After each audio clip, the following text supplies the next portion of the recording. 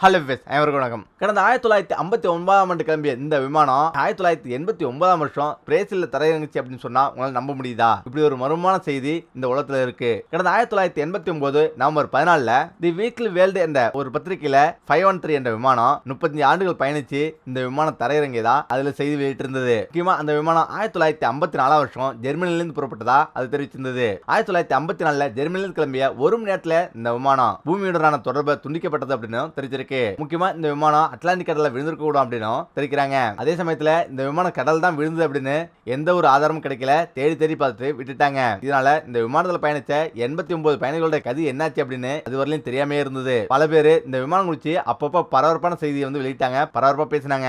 ஆனா காலப்போக்கில் அது கொஞ்சம் கொஞ்சமா என்ன ஆனது அப்படின்னு தெரியாம போயிடுச்சு. இந்த நிலையில் தான் இந்த விமானத்தில் உள்ள 89 பயணிகள் மற்றும் விமான பணிப்பெண்கள் மற்றும் பைலட்டுடன் 1989ஆம் ஆண்டு பிரேசில் நாட்டில் உள்ள ஒரு விமான நிலையத்தில் தரையிறங்கியதாக கூறப்படுது. பிரேசில் நாட்டில் விமான நிலையத்துக்கு மேல சுற்றி கொண்டே இருந்ததாகவும் அந்த விமான நிலைய கட்டுப்பாட்டாளருக்கு எந்த விமானம் அப்படின்னு தெரியாம இருந்த நிலையில அது தரையிறங்க அனுமதியே வழங்கப்படல.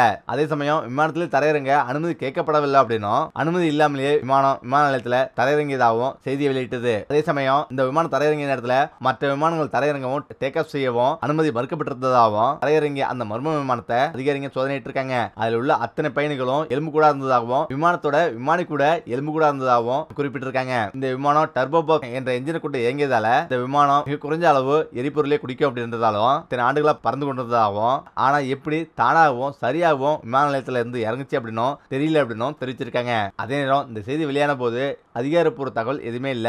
இது அப்போது பரபரப்பா பேசப்பட்டது. இந்த விஷயத்தை அரசு மறைக்க நினைப்பதாகவும் அறிவியலை மீறி இந்த விஷயம் நடந்ததால இது எப்படி சாத்தியம் அப்படின்னு ரகசியமா விசாரணை நடப்பதாகவும் தெரிவிக்கப்பட்டிருக்கு. ஆனா அரசு தரப்புல இப்படி ஒரு விமானம் தரையிறங்கியது குறித்து எந்த விதமான தகவலும் இல்ல. இந்த விமானம் குறித்து வெளியான பத்திரிகை செய்தியை தவிர எந்தவித ஆதாரமும் யாருமும் இல்ல. இதனால உண்மையிலேயே இப்படி ஒரு சம்பவம் நடந்ததா அல்லது பத்திரிகை பாப்புலருக்காக இப்படி செய்தி வெளியிட்டாங்களா அப்படின்னு இன்னை வரையிலும் தெரியல.